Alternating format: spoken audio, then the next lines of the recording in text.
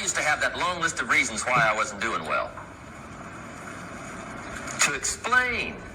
You got to explain, right? Otherwise you're going to look bad. I used to have this funny list called Reasons for Not Looking Good.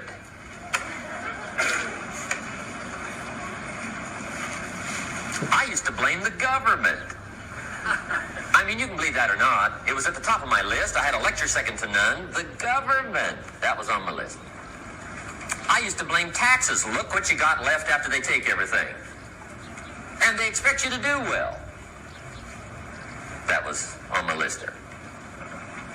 Prices, that one's easy, right? You walk into the supermarket with $20, come out with a little half bag. So I had that on my list. I used to blame the weather. I blamed the traffic. I used to blame my car. I blamed the manufacturers. I used to blame the company.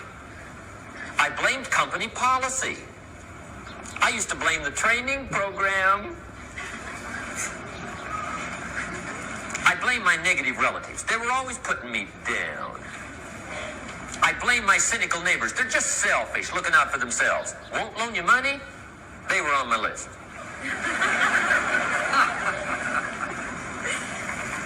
I used to blame the economy. I blame the community.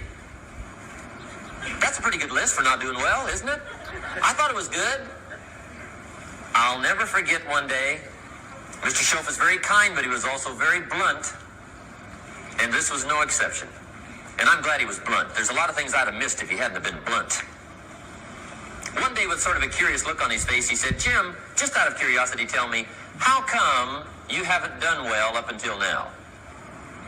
Excellent question. I thought, well, so I won't look too bad, I'll go through my list.